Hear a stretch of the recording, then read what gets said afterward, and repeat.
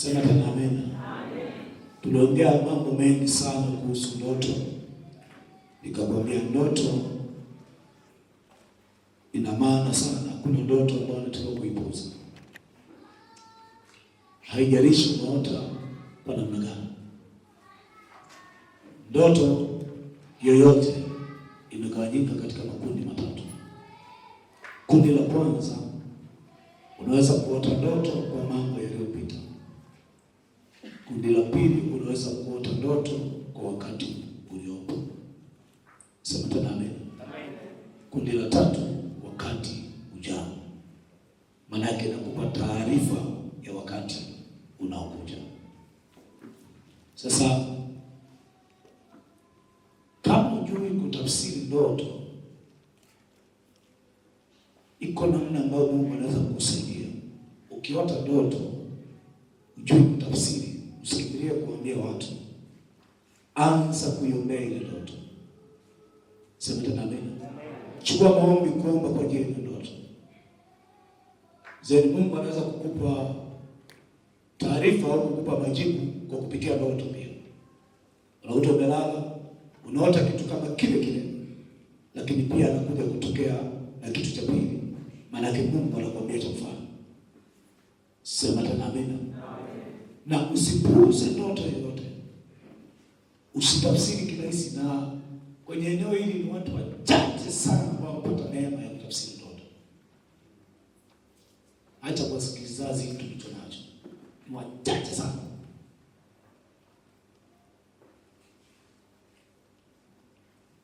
Maana ukikosea kutafsiri ndoto, umepoteza hatima ya mtu. Sema tena amen. Sema tena amen. Jana tulisoma kitabu cha Ayubu 33 ule mstari wa 14, ndipo tulipoishia jana. Tusome tena hapo. Tusome tena Ayubu 33 mstari wa 14. Neno la Mungu linasema, kwa kuwa Mungu hunena mara moja, na hata mara ya pili, ajapokuwa mtu hajali. Kwa kuwa Mungu hunena mara moja, na hata mara ya pili, ajapokuwa mtu hajali.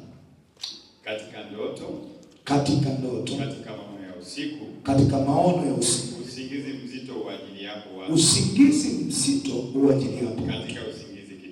Katika usingizi kitandani, ndipo uyafunua masikio ya watu, na kuyatia muhuri mafundisho yao, ili amondoe mtu katika makusudio yake, na kumfichia mtu kiburi, yeye huizuia nafsi yake isiende shimoni, na uhai wake usiangamie kwa upanga. Haleluya. Sema tena amen. Anaizuia kipindi gani? Anasema kipindi huyu mtu amelala usiku, kwa anatumia ndoto kuzungumza na mtu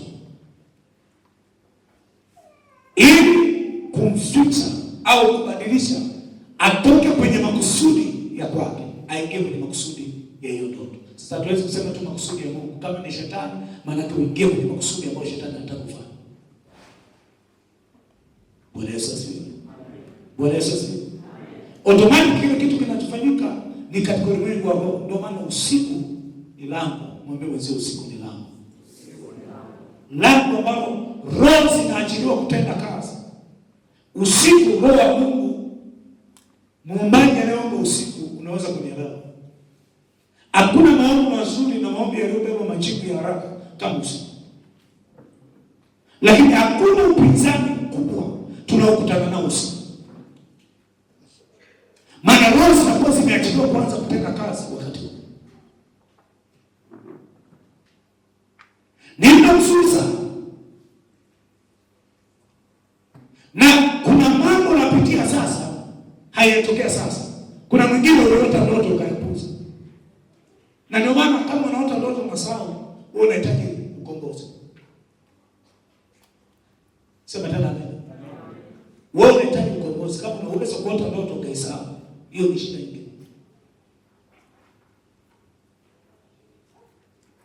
Maana kuna kitu kinaendelea katika ulimwengu wao, unafichwa, unahitaji kukombolewa katika eneo hili. Sema Mungu nisaidie. Tuone leo kitabu cha Mwanzo 28 mstari wa 10. Kitabu cha Mwanzo 28 na ule mstari wa 10.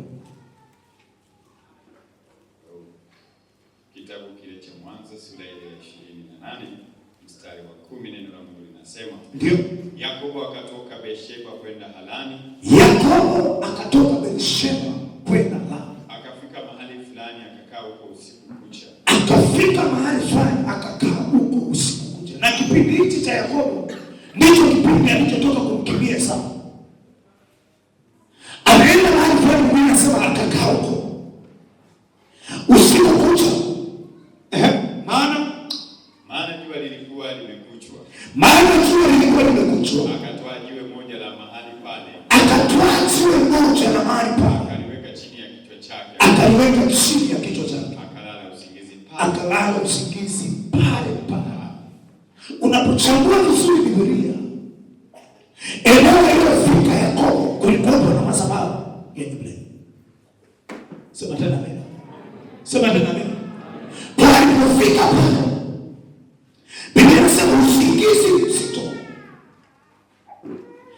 ukamshika, akalala pale pale. Baada ya kulala, sikiza kitu kinachotokea. Ndio akaota ndoto. Wote tuseme akaota ndoto. Sema tena akaota ndoto. Baada ya kulala akaota nini? Ndoto. Na tazama, ngazi imesimamishwa juu ya nchi na ncha yake yafika mbinguni. Ngazi imesimamishwa juu ya nchi na ncha yake yafika mbinguni. Tena tazama, malaika wa Mungu anapanda na kushuka juu yake. Tena malaika wa Mungu wanapanda na kushuka juu yake. Manake pale hakuna mahali malaika wanapandaga na kushuka kama mahali hapo hakuna madhabahu. Sema tena amen. Sikiliza. Tunafundisha kuhusu ardhi. Sio kila eneo unalonunua unaweza kufanikiwa. Kuna eneo lingine ndipo wachawi wanatokea. Yaani kuna mahali wachawi hawaruki mpaka wafike kwenye ile madhabahu ndipo wanatoka kwenda kufanya kazi.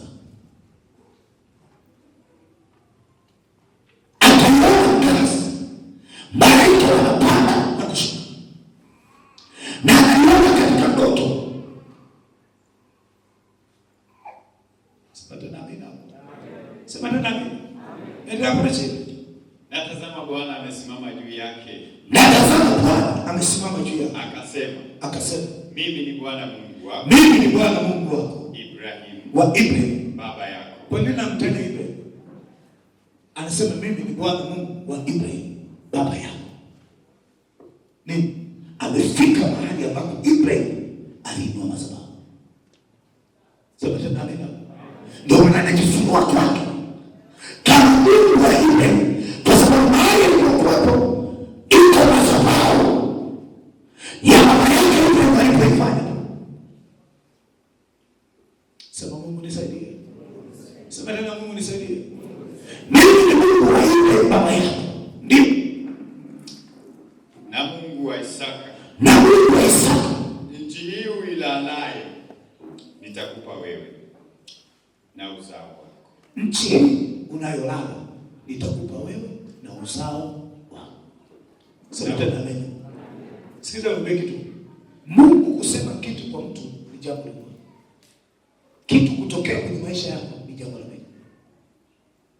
Sema tena amen. Mungu anaweza kusema kitu kwako lakini sio. Nchi nitakupa wewe na uzao wako. Nitakupatia wewe na uzao wako. Anasema nimekupa, nitakupa. Maana kuna vitu lazima uruke ili kuimiliki tena. Wewe na kizazi chako. Sema tena amen. Kuna mahali ukishinda, kuna vitu vingi vinakuandalia kwa ajili yako, lakini anasema nitakupatia. Endelea pale chini. Na uzao wako utakuwa kama mavumbi ya nchi. Na uzao wako utakuwa kama mavumbi ya nchi. Na utaenea upande wa magharibi. Na mashariki. Na mashariki. Na kaskazini. Na kusini. Na katika wewe. Katika jamaa, katika uzao wako. Katika wewe, katika jamaa na uzao wako. Jamaa zote za dunia dunia wa jamaa zote za dunia. Na tazama mimi nipo pamoja nawe. Na tazama mimi nipo pamoja nawe. Nitakulinda kila uendako. Nitakulinda kila uendako. Nami nitakuleta tena mpaka nchi hii. Nami nitakuleta tena katika nchi. Kwa maana sitakuacha. Jambo la muhimu, kwa maana sitakuacha. Hebu sema sitaachwa. Sema tena sitaachwa. Kumbuka hapo anaambiwa kwenye usingizi. Hata nitakapokufanyia hayo niliyokuambia. Hata nitakapokufanyia hayo niliyokuambia. Siwezi kukuacha mpaka nitakapokufanyia. Bwana Yesu asifiwe. Amen. Bwana Yesu asifiwe. Mungu anaongea na Yakobo juu ya hatima yake, ilikuwa na kupenda asilisike kwamba amefika. Kuna mahali wajua katika sikiliza, kuna kiwango cha kiroho huwezi kwenda mpaka uwe na taarifa ya kwamba unatakiwa kwenda wapi.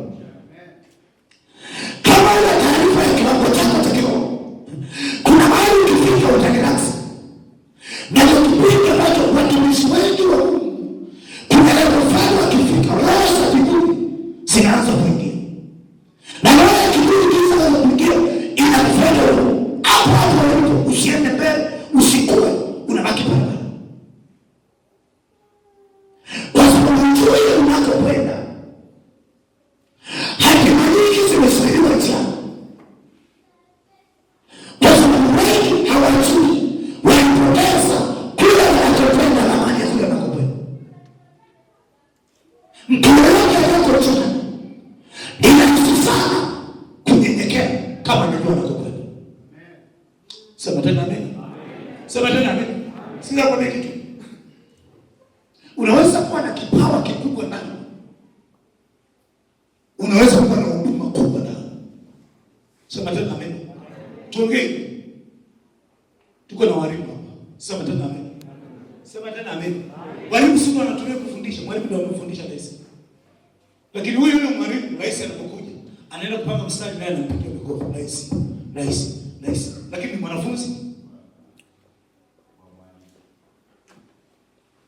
sasa mwalimu aliyekuwa mchana mwanafunzi kidogo. Sasa akisema wewe fanye, atashughulikiwa hata kabla hajafika. Lakini ndio alimfundisha kusoma nani?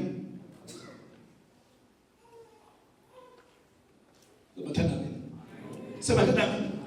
Unaweza kubeba kitu kikubwa na unaweza kubeba hatima kubwa. Lakini kama ulichokibeba kinaweza kufia. Anasikiza watu wa Mungu, hatima kuiruhusi kafanikiwe panakuwa na maswali mengi.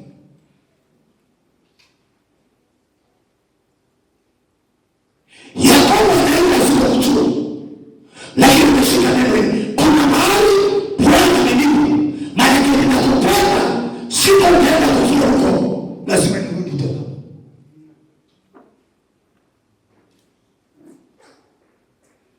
Si kama naongea na mtu. Ndio maana sikiliza niambie kitu.